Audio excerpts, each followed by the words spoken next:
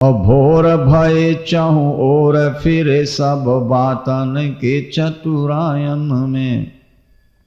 नित होत खुशामद पाजिन की पर गए पर लोक नशायन में।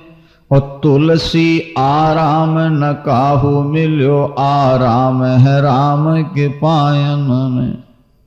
तू कछु और विचारत है नर, अरे तू कछु और विचारत है नर, तेरो विचार धरो ही रहेगो। और कोट उपाय किए धन के हित, भाग्य लिखो तितनो ही मिलेगो।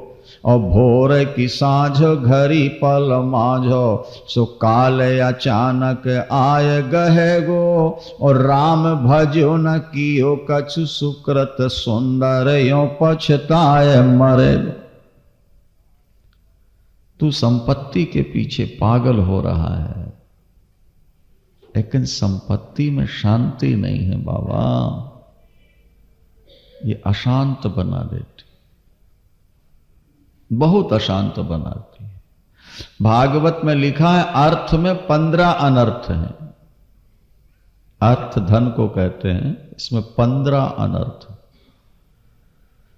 झूठ बोलना पड़ेगा धनवान होने के लिए, दूसरों की हिंसाएं होती हैं, स्तेयम चोरी करनी पड़ती है, चाहे इनकम टैक्स की करो या सेल टैक्स की करो। स्तेयम हिंसा अनृतम दंभा, वो व्यक्ति दंभी हो जाता है धन कमाने वाला। स्तेयम हिंसा अनृतम दंभा कामः क्रोधः स्मयो मदा। धनवान ज्यादा कामी हो जाते हैं।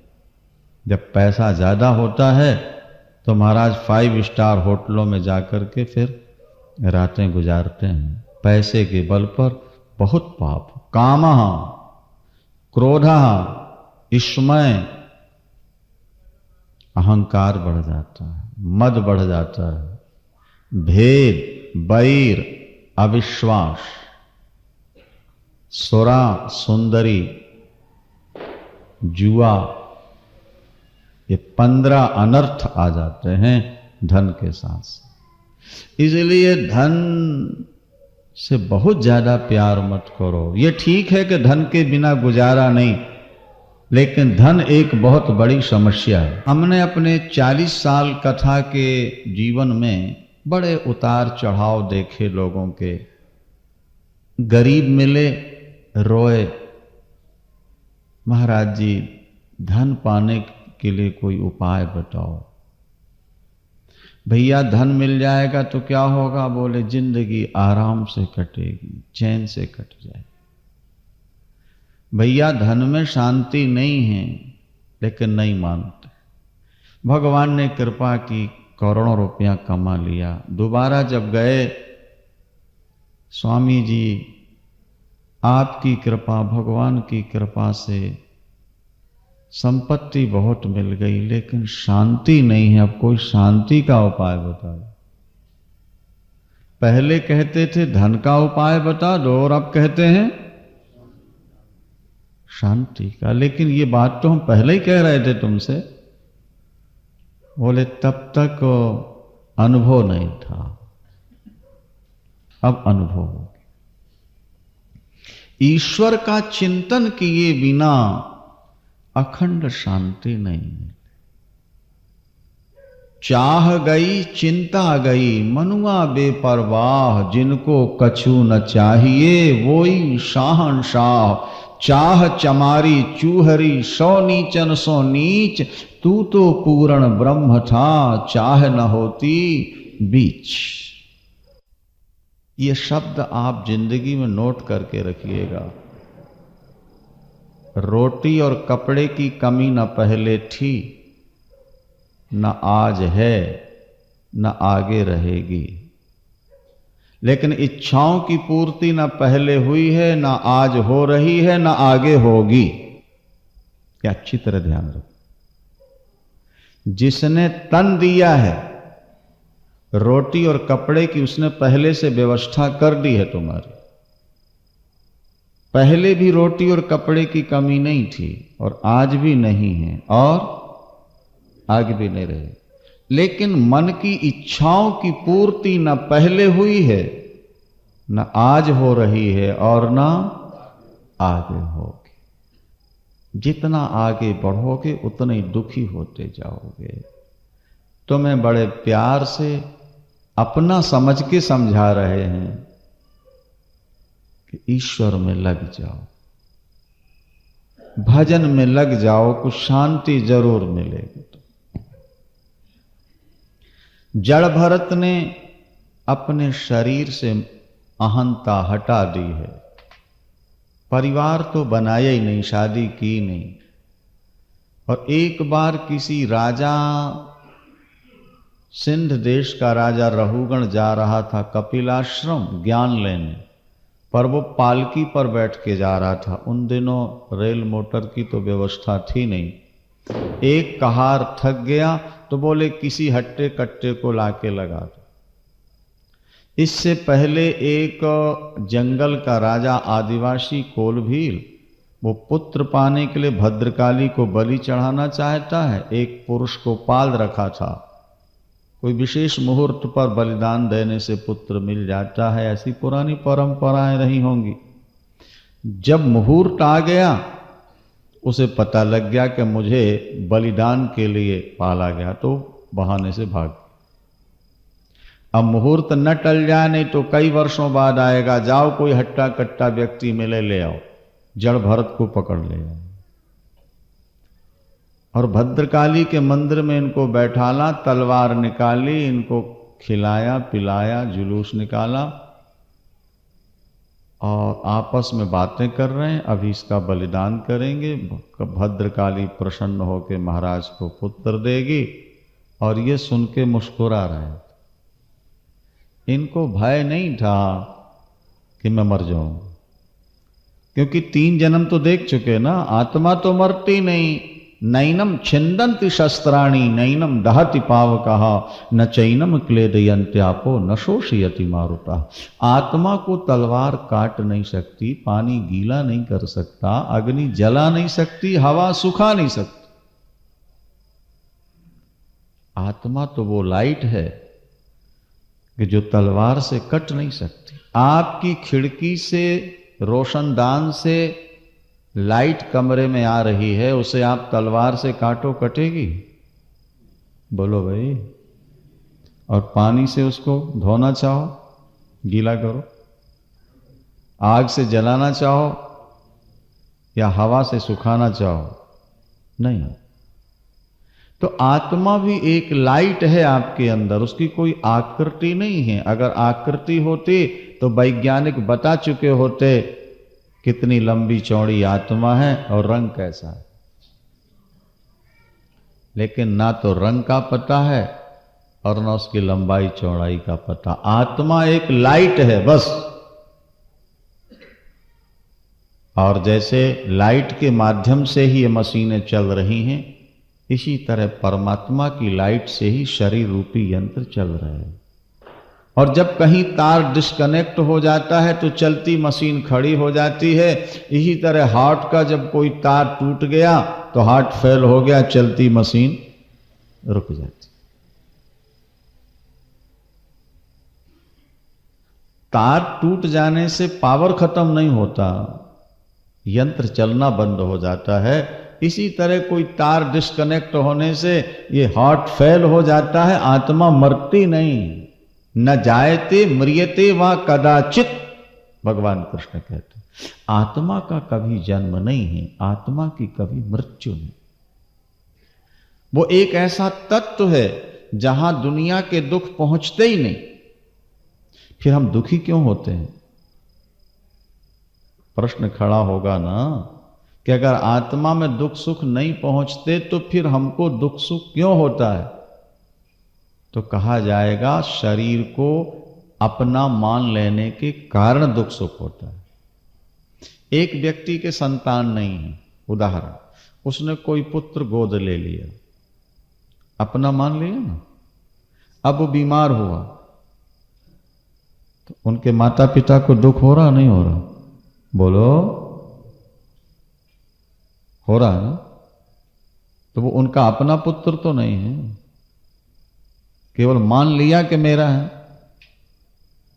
और अगर उसको अपना न मानते, वो अपने असली माँ बाप के पास रह के दुखी होता, बीमार होता, तो क्या दुख होना था? उस लड़के ने कोई गलती की, चोरी की, पुलिस वाले उसको मारते हैं, तो जिसने गोद लिया है उसको, वो रो रहा है कि नहीं? मार पड़ रही है लड़के पर, रो कौन रहा है? माता पिता। क्यों रो रहे हैं? माता पिता को तो चोट नहीं लग रही, रोते क्यों? अपनापन है। भागवत में लिखा इसी तरह शरीर अपना नहीं है, शरीर से आत्मा का कोई संबंध नहीं है, लेकिन शरीर को हमने अपना मान लिया है, इसलिए शरीर पर जब कोई दुख आता है तो ऐसा लगता है कि आत्मा को दुख हो रहा है। वास्तव में आत्मा को कभी दुख होता ही नहीं। उसका उदाहरण है, जवान बेटा मर जाए, जवान पति मर जाए, जब नींद आ जाती है तो फिर दुख होता है? बोलो क्यों? नींद में आत्मा जागती रहती, केवल मन बेहोश होता है। अच्छा, दूसरा उदाहरण ले लो। आजकल जिस अंग का ऑपरेशन करना होता है, डॉक्टर वहां सुई लगा के शून्य कर देता है, नहीं? और डॉक्टर ऑपरेशन करता है, पीड़ा होती है? बोलो भाई। तो आत्मा शरीर में है कि नहीं है? तो जब आत्मा शरीर में है तो फिर ऑपरेशन का कष्ट क्यों नहीं हो रहा उसको? मानना पड़ेगा कि आत्मा को कष्ट तो होता ही नहीं। ब्लड के साथ मन का संबंध है, और मन जहां जहां जाएगा वहीं दुख का अनुभव होगा। और इंजेक्शन लगा करके वहां के ब्लड को उन्होंने शून्य कर दिया, तो ब्लड का जाना बंद हुआ, सर्कुलेशन वहां, तो मन की गति भी वहां बंद हो गई। और जब मन की गति बंद हो गई तो काटते पीटते रहो, दुख होता नहीं। इससे निश्चित हो गया कि दुख और सुख मन को होता है, आत्मा को। क्या समझे आप? आत्मा तो न्यूट्रल तत्व है बिल्कुल। अब ये कठिन विषय है, आप लोगों के काम का नहीं है। बोलो वृंदावन। इसके लिए तो काफी पढ़ना सुनना का पड़ता है, तब ये बात समझ में आती है। अंत में उनको पालकी में लगाया गया है, और राजा ज्ञान लेने तो जा रहा था, पर अभिमान बहुत था। ये विषम गति से चले तो डांट दिया राजा ने, तुझे अभी दंड दूंगा, तेरी अभी चिकित्सा करूंगा, जैसे पापी को यमराज दंड देते हैं।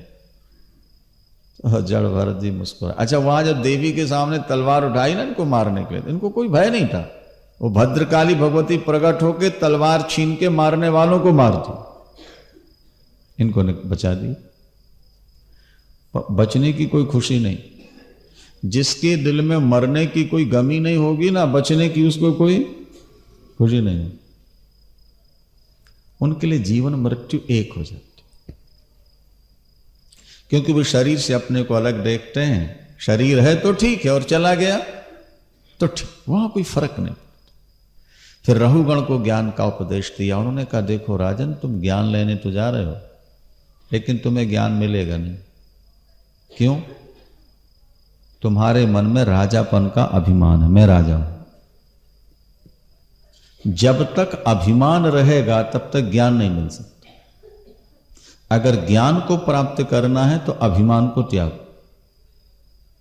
इन बेचारे कहारों को तुम दंड दे रहे हो, इनसे तुम पालकी ढुला रहे हो, और ज्ञान लेने जा रहे हो।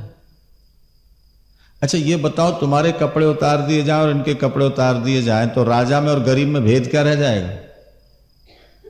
बोलो।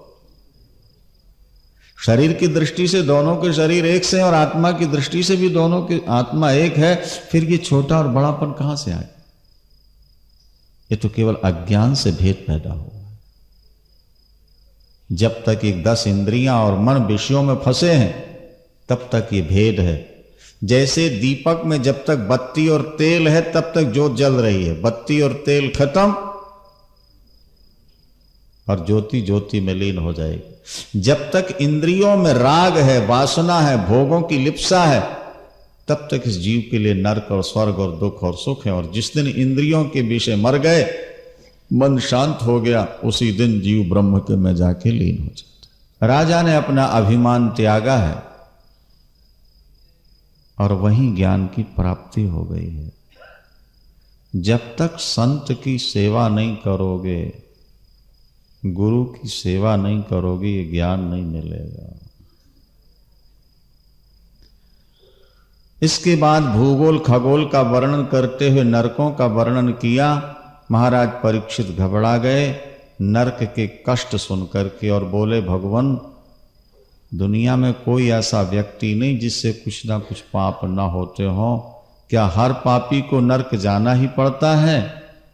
तो सुखदेव भगवान ने कहा, नहीं राजन, जो व्यक्ति मृत्यु से पहले अपने पापों का प्रायश्चित्त कर लेते हैं उनको नरक नहीं जाना पड़ता, लेकिन जो अपने पापों का प्रायश्चित्त न करके बार बार पाप करते ही रहते हैं उनको नरक जाना पड़ता है। नरक से बचने के लिए आगे पाप न करने का संकल्प और यज्ञ दान पूजा पाठ तीर्थ स्नान करो, उससे पाप नष्ट हो जाते हैं। अथवा भगवान की भक्ति में डूब जाओ, सारे पाप समाप्त हो जाए, नरक कभी नहीं जाना पड़ेगा। भगवान की भक्ति का सबसे सहज तरीका है भगवान का नाम लेना शुरू कर दो। कोशिश करो दिन और रात में 21,600 नाम कम से कम आपके मुख से निकल जाए, ऐसी कोशिश कर। उससे नाम जपने की आदत बन जाएगी। दिन और रात में 21,600 श्वास निकलती हैं आपकी। 1 मिनट में लगभग 13 श्वासें निकला करती हैं। 13, 14, 13, 12, 1 क्रम। हर श्वास का एक नाम होना चाहिए, फिर आपको नरक नहीं मिलेगा। जैसे लाख मन रुई का कपास का ढेर हो, एक जलती हुई माचिस की तीली छोड़ दो, क्या होगा? सब जलकर राख हो जाए। प्रभु का नाम, कानों से भगवत कथा सुनो और मुख से नाम लेते चलो। देखो, शरीर छोड़ने के बाद की संपत्ति यही है जो साथ जाएगी। हाथ से किया गया दान, तीर्थों में किया गया स्नान, मुख से जपा गया नाम और कानों से सुनी गई कथा, यही आपके जीवन की व्यथा को मिटा सकेगी, यही परलोक में आपके साथ जाएगी। सबते उत्तम हरि की कथा, नाम सुनत दर्द दुख लथा। हरि की कथा सुनो मेरे भाई, जीवन के सारे दुख मिटेंगे, एक रोशनी मिलेगी, जीने की कला प्राप्त होगी।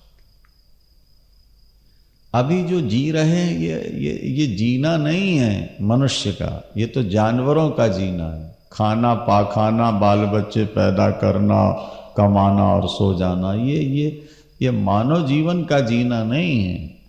गुरु नानक देव जी कहते हैं, कर्म पशु के मानुष जात, जगत ढिंडोरा करे दिन रात। तेरे कर्म तो जानवरों वाले हैं और कहता अपने को इंसान है। खाना पीना, सोना, रोना, डरना, मरना और बाल बच्चे पैदा करना, ये तो जानवर भी जानता है। और तुम भी यही करते रह गए सारी जिंदगी, तो जानवर से बढ़िया काम कौन सा किया। बल्कि शास्त्र कहते हैं तुम तो जानवर से भी गंदे हो गए, क्योंकि जानवर भजन नहीं करता तो झूठ तो नहीं बोलता, किसी को गाली तो नहीं देता, किसी की निंदा तो नहीं करता, किसी की निंदा सुनता तो नहीं है। क्या उसके हाथ नहीं है, पाप तो नहीं कर पाता बेचारा, रूखा सूखा जो मिल गया खा के अपने चुपचाप पड़ा है जान। लेकिन इंसान तो रात दिन पाप कर रहा है। अगर ये भजन नहीं करेगा तो परिणाम क्या होगा? ये माताएं प्रतिदिन घर में झाड़ू लगाती हैं, लगवाती हैं। अगर 10 दिन झाड़ू न लगाए तो घर कचरा घर बन जाए। कचरे का काम आने का और देवियों का काम उसको बाहर निकाल। जिंदगी भर कचरा आता है घर में और जिंदगी भर ये झाड़ू लेके। हम और आप भी दिन भर काम करते हैं, न मालूम कितना कचरा हमारे दिल में जमता है प्रतिदिन। भजन रूपी झाड़ू लगाते रहोगे तो दिल कुछ साफ रहेगा, और नहीं ऐसा कचरा घर बनेगा महाराज, ऐसी बदबू फैलेगी कि लोग तुमसे घृणा करने लगेंगे, दूर से भागने लगेंगे, तुम्हारे पास कोई बैठने को तैयार भी नहीं।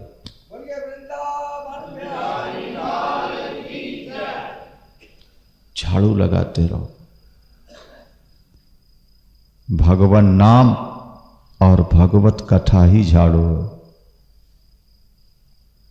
आज तुम सोचते हो पत्नी हमसे बहुत प्यार करती है, बेटे हमारी हर बात मानते हैं, लेकिन ये जवानी की बात है, जब बुढ़ापा आएगा तो पता लगेगा।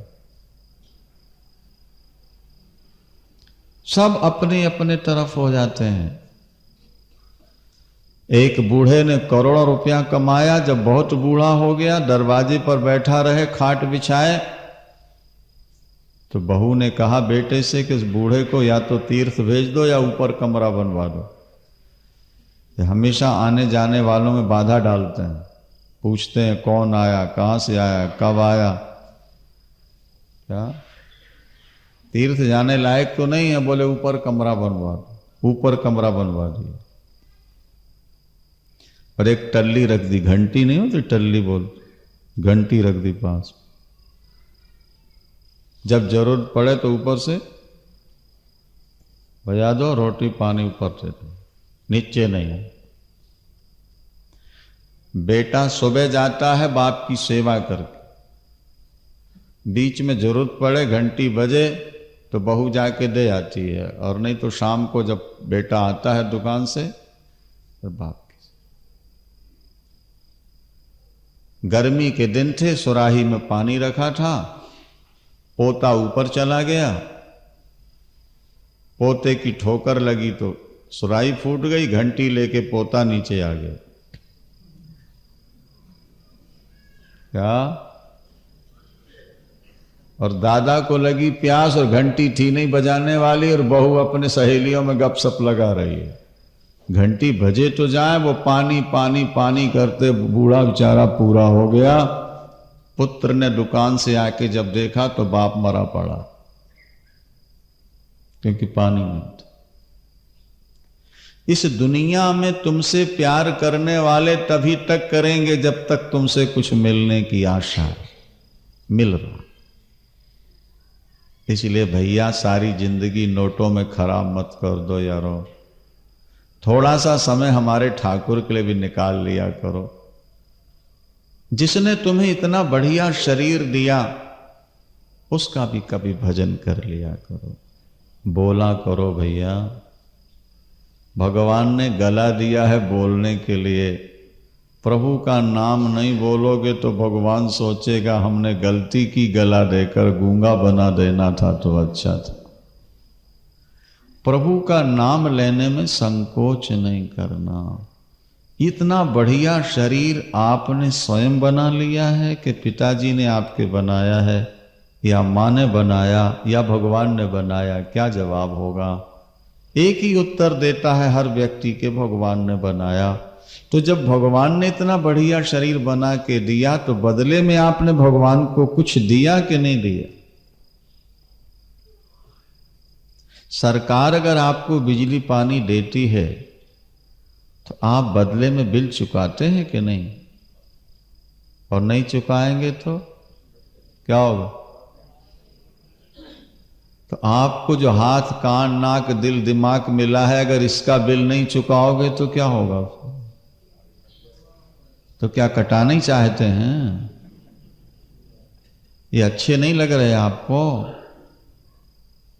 अरे जिस प्रभु ने आपको इतना कुछ दिया उसे थोड़ा सा टाइम तो दे दो, थोड़ा उसका नाम तो ले लो, और नहीं पछताना पड़ेगा। मन पछताई है अवसर बीते। क्या? मन पछताई है अवसर बीते। हमारे नंदलाल जी गाया करते हैं, क्षमा बुझ गई तो महफिल में रंग आया, क्षमा बुझ गई तो महफिल में रंग आया, जिंदगी गुजर गई तो जीने का ढंग आया। भजन को, गलतियां बहुत हो रही हैं, उस कचरे को थोड़ा भजन के झाड़ू से साफ करो। कानकुब्ज देश में एक अजामिल नाम का ब्राह्मण है। अपने माता पिता की प्यारी संतान, माता पिता ने बड़े लाड़ प्यार से पाला। ब्राह्मण था, वेदों का स्वाध्याय करता है, संध्या गायत्री सूर्यार्घ सब करता है। एक बार जंगल गया लकड़ी काटने के लिए, हवन के लिए। लकड़ी लेकर वापिस आ रहा है। जंगल में एक झरना बह रहा, नदी का किनारा है, सुंदर वृक्ष लगे हैं। एक वेश्या शराब पी करके जारपति के गले में हाथ डालकर बैठी है। आपस में उनकी क्रीड़ा है। उनको अपने वस्त्रों की भी सुध नहीं, क्योंकि एकांत स्थान है। और अजामिल लकड़ी लेकर आ रहा था। उसने 2 मिनट खड़े होकर उनका नाटक देखा। उसके मन में भी वासना जाग उठी, इस वेश्या को मैं अपनी पत्नी बनाऊंगा। यद्यपि अजामिल विवाहित था, उसकी जवान पत्नी घर में है, बूढ़े माता पिता हैं, लेकिन इन इंद्रियों में नित नए भोगों की इच्छा होती है। और जैसा करो संग वैसा चढ़े रंग होता है। घर आते ही पिता के पैसे चुराकर वेश्या के यहाँ गया। पैसे दिए, वेश्या ने प्यार करना पैसे की यार, ऐसा उसने जाल में फंसाया। भागवत में लिखा कि उसने अपनी विवाहिता पत्नी को छोड़ दिया, अपने बूढ़े माता पिता को छोड़ दिया। वेद पाठ करना, गायत्री संध्या सब छूट गया। धीरे धीरे वो शराब पीने लगा, मांस खाने लगा, चोरियां करने लगा, क्योंकि और कोई गुण था नहीं। वेश्या से उसने 9 पुत्र पैदा किए। वेश्या के घर ही रहने लगा था। ध्यान दो, कुसंग 2 मिनट के सिनेमा ने सारी जिंदगी खराब कर दी अजामिल। सुना है पिक्चरों में यही आजकल दिखाया जाता है। और पहले तो लोग बच्चों को घर से बाहर नहीं जाने देते थे, कहीं कुसंग की हवा न लग जाए। लेकिन आज तो कुसंग कमरे के अंदर आ चुका है। अब बच्चों को कुसंग से बचाना बड़ा मुश्किल है। क्या अब कुसंग से बच जाए वो आश्चर्य है। जिन वैष्णवों के घर में कभी प्याज नहीं आती थी, आज उनके फ्रिजों में अंडे प्याज फ्रिज की शोभा बढ़ा रहे हैं। जहां कभी कैंपा कोला नहीं आता था, वहां शराब की बोतलें आज रखी हुई हैं। सारा धर्म कर्म खत्म हो रहा है। बेटे घर में अगर खाने न दो तो होटलों में जाके गंदी चीज खा के आ जाते हैं। होटलों में पैसे वाले लड़के जाकर गलत काम करते हैं। कुसंग बहुत बढ़ गया। रामायण में लिखा है कि बारू भालतात नरक कारी वासा, पदुष्ट संग जानी दे विधाता। नरक का वास भला, पर दुष्ट का साथ भला नहीं है। अजामिल का सारा जीवन बर्बाद हो गया वेश्या के संग से। ब्राह्मण होते हुए भी वो बिल्कुल भ्रष्ट हो गया, राक्षसों जैसा। एक दिन कुछ संत आ गए, गांव वालों से पूछा किसी भक्त का मकान बताओ भाई, रात्रि विश्राम करेंगे। कुछ मजाकिये लोगों ने कह दिया भक्त अजामिल बड़ा भक्त है, उनके यहाँ चले जाओ। भक्त अजामिल की जय हो कहते संत पहुंचे, और जैसे ही दर्शन किया संतों का, बुद्धि में एकदम पलटा खाया। संग का प्रभाव होता है। ऐसा तेजस्वी शरीर, वाणी में ऐसी मिठास। चरणों में गिर के रोने लगा, मैं भक्त नहीं हूं स्वामी जी, मैं बहुत बड़ा पापी हूं। यद्यपि ब्राह्मण हूं लेकिन नाम मात्र का ब्राह्मण रह गया हूं, कर्म मेरे राक्षसों जैसे हो गए, मैं वेश्यागामी हूं। लेकिन शास्त्र कहते हैं अर्धरात आधी घड़ी आधी ते पुनियाद, तुलसी संगत साधु की कटे कोट अपराध। आप संत हो, मिल गए हैं, मेरी मुक्ति का उपाय बता दो। संतों ने कहा बेटा आगे पाप छोड़ दो और भगवान का भजन करो, पूजा करो, उद्धार हो जाएगा। बोले स्वामी जी भजन में मन लगता ही नहीं, पाप छूटेंगे नहीं और भजन में मन लगेगा नहीं। इसके अलावा कोई मुक्ति का उपाय हो तो बता दो। जब व्यक्ति ज्यादा पाप करता है उसकी बुद्धि के ऊपर एक ऐसी मैल जम जाती है जो ईश्वर को स्वीकार नहीं करने देती। ये ध्यान दे। नमाम दुष्कृतनो मूढ़ा प्रपद्यन्ते नराधमा। अर्जुन ने भगवान कृष्ण से प्रश्न किया, प्रभु लोग आपका भजन क्यों नहीं करते? भगवान ने कहा जिनके पाप ज्यादा हैं वे मेरा भजन नहीं कर सकते। आपका भजन कौन करते हैं प्रभु? बोले एशाम त्वंत गतम पापम, एशाम तु अंत गतम पापम जनानाम पुण्य कर्मणाम। पुण्य करते करते जिनके पाप अंतगत हो गए, नष्ट हो गए, वे मेरा भजन कभी नहीं छोड़ते। अर्जुन वो मेरा चिंतन करते। उल्लू की आंखों में ऐसा कांच फिट किया गया है कि जहां उजेले में अंधेला दिखता है और अंधेले में उजेला दिखता है। पापी की बुद्धि में भी ऐसा कांच फिट रहता है कि उसको भजन तो पाप नजर आता है और पाप पुण्य नजर आता है। वो सत्संग को पाखंड समझता है और सिनेमा को अपनी जिंदगी का सार समझता है। ये पाप की एक पापी की पहचान। अजामिल ने कहा मुझसे भजन नहीं होगा लेकिन मेरी मुक्ति चाहिए, बैठ गया चरणों में। उपाय कोई और? अच्छा तो ये बताओ अजामिल तुम्हारा मन कहां लगता है? बोले बेटों को खिलाने पिलाने में बहुत मन लगता है, बेटों की सेवा में। अरे बोले बस फिर तो तुम्हें मुक्ति मिल ही जाएगी, तुम तो बिल्कुल सेंटर में आ गए हो। बेटों की सेवा से भगवान कैसे मिलेंगे स्वामी जी? बोले आगे भी तुम्हारे बेटा होने वाला है, हमने ज्ञान दृष्टि से देख लिया, तुम अपने बेटे का नाम रख दो नारायण। क्या नाम रखो? जोर से बोलो, बोलो वृंदावन। क्या नाम रखा भैया? नारायण। नारायण। तुम्हारा उद्धार हो जाए। संत युक्ति बताने वाले चले गए, 10वां पुत्र हुआ, उसका नाम रखा नारायण। बस उसको खिलाते पिलाते सुलाते संभालते हर समय बोलते रहते थे, बेटा नारायण, बेटा नारायण, नारायण नारायण। वो नारायण नारायण नारायण कहते कहते कहते वो नारायण शब्द भगवान का कंठ में जम गया।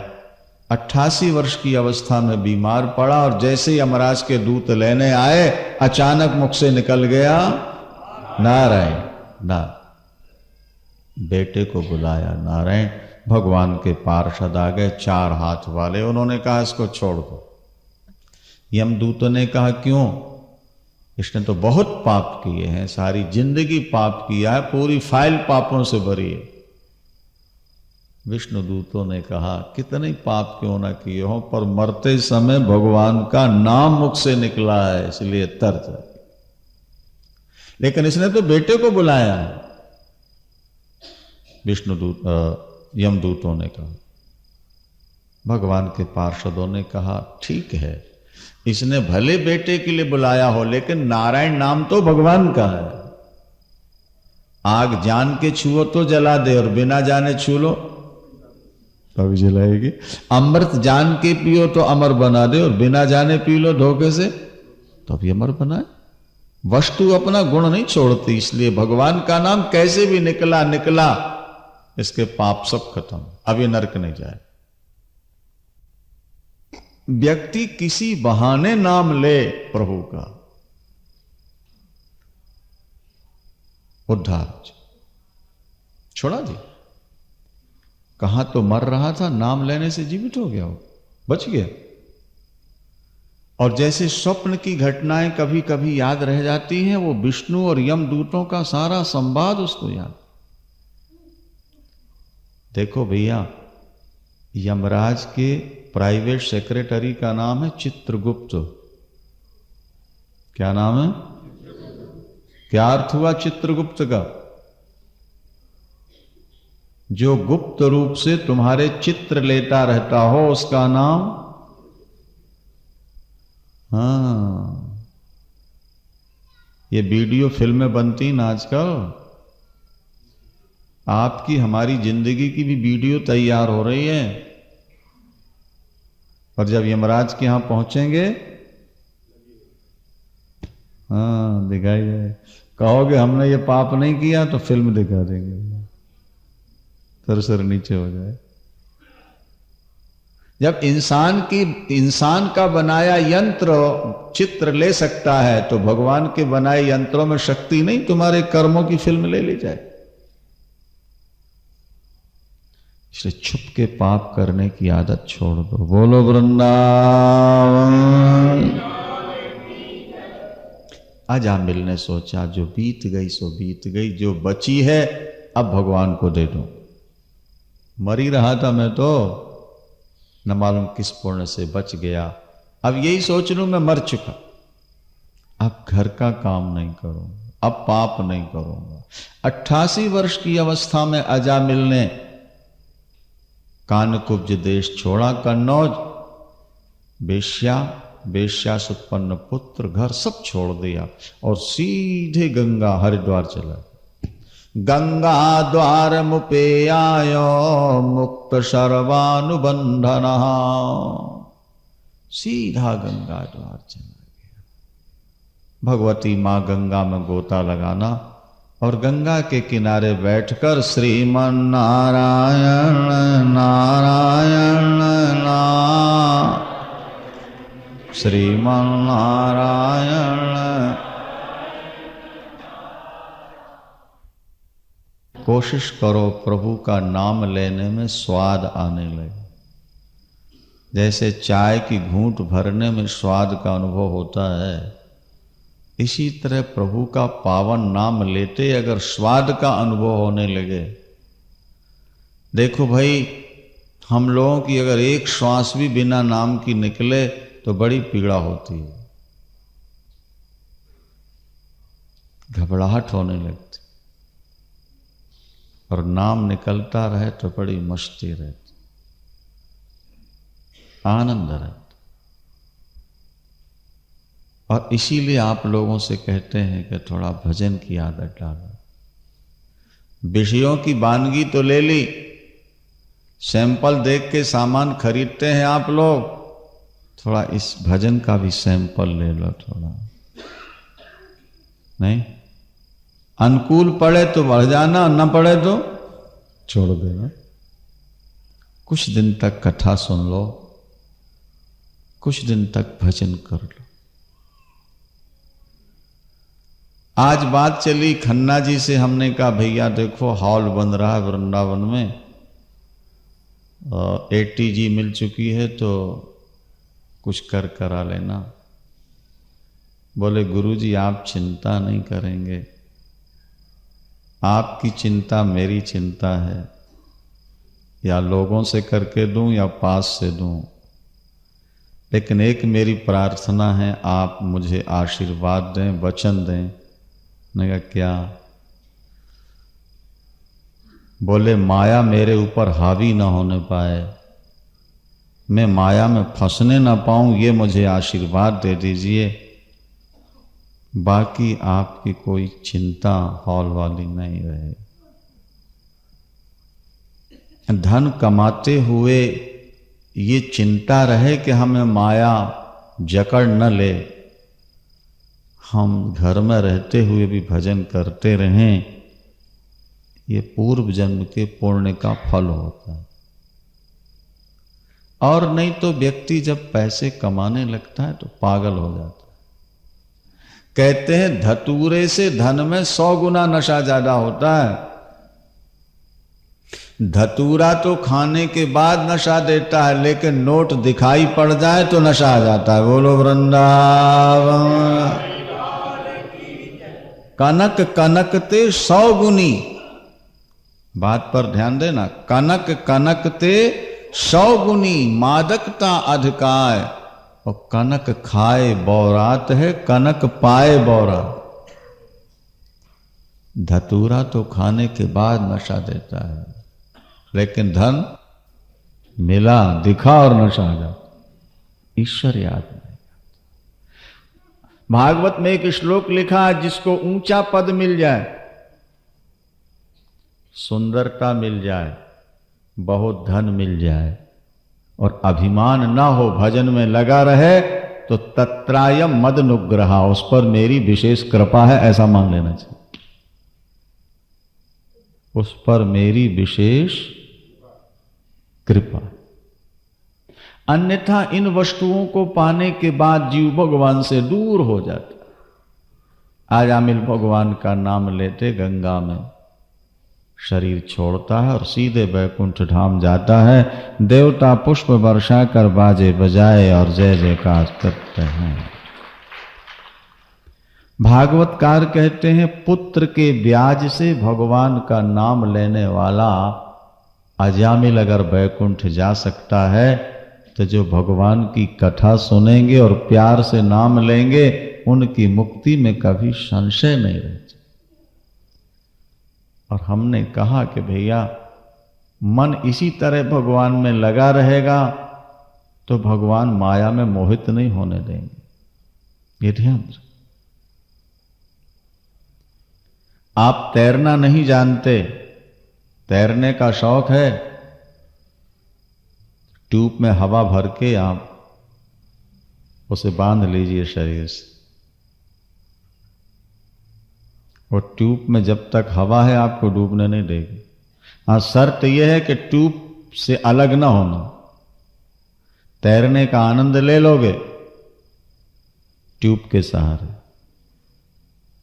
इसी तरह आप संसार सागर से पार होना नहीं जानते हो। संत और गुरु कहते हैं नाम का सहारा ले लो, कथा का सहारा ले लो। ये कथा और नाम वो ट्यूब है जो संसार समुद्र में डूबने नहीं देगी, तुमको उठा ले। पर तुम मानो तो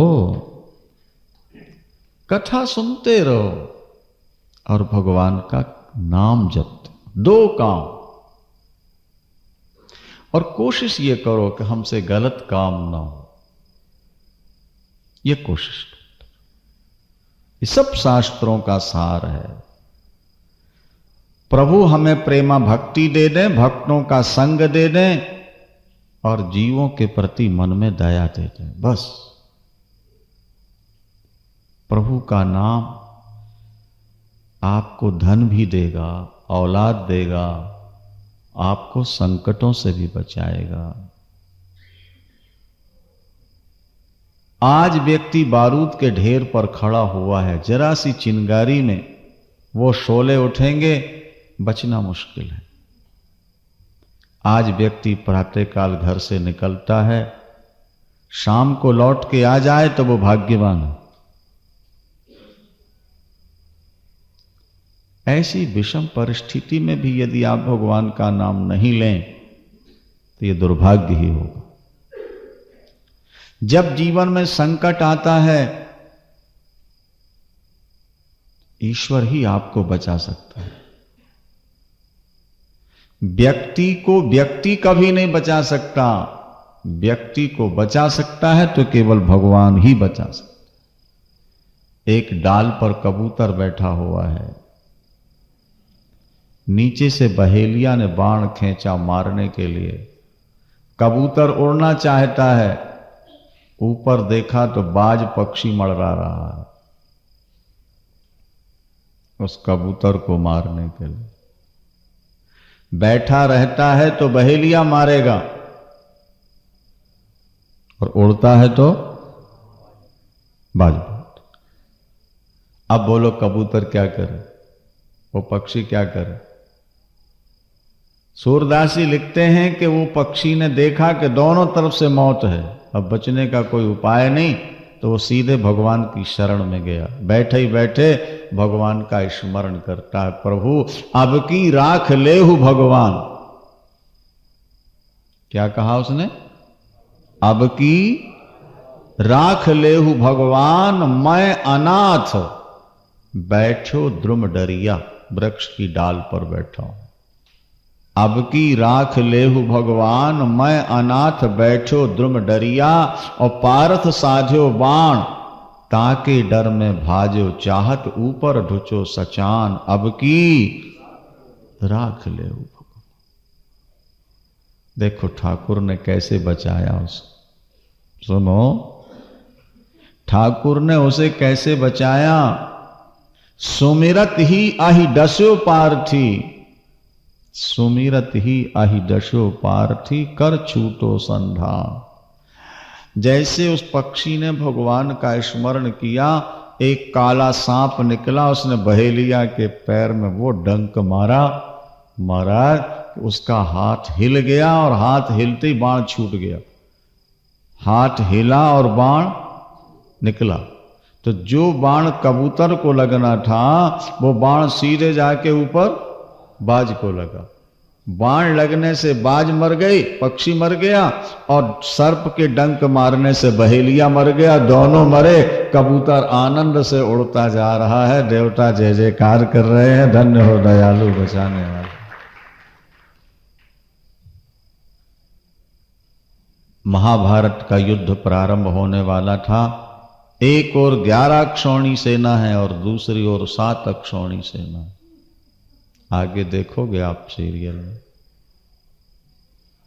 महाभारत में लिखा है दोनों सेनाओं के बीच में, सेंटर में एक चिड़िया ने अंडे दिए हुए थे। अंडे,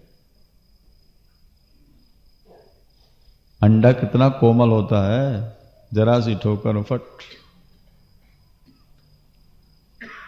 दोनों सेनाओं के बीच में चिड़िए ने अंडे दिए हैं। 18 दिन महाभारत युद्ध हुआ है। 18 अक्षौणी सेना मारी गई। हाथी घोड़े रथ समाप्त हुए हैं, लेकिन अंडों का बाल बांका नहीं हुआ है, वो ज्यों के त्यों बचे। कैसे बचे? क्या बचना संभव है? बोलो। 11 अक्षौणी सेना के बीच में 18 दिन जहां युद्ध हो, जहां रथ, हाथी और घोड़े और पैदल दौड़ रहे हो, पर प्रभु तो दुनिया को यह बताना चाहते हैं कि जिसको मैं बचाना चाहूं उसको कोई मार नहीं सकता। एक राजा के गले में राजा के हाथी के गले में सोने का घंटा था, मोटा बड़ा।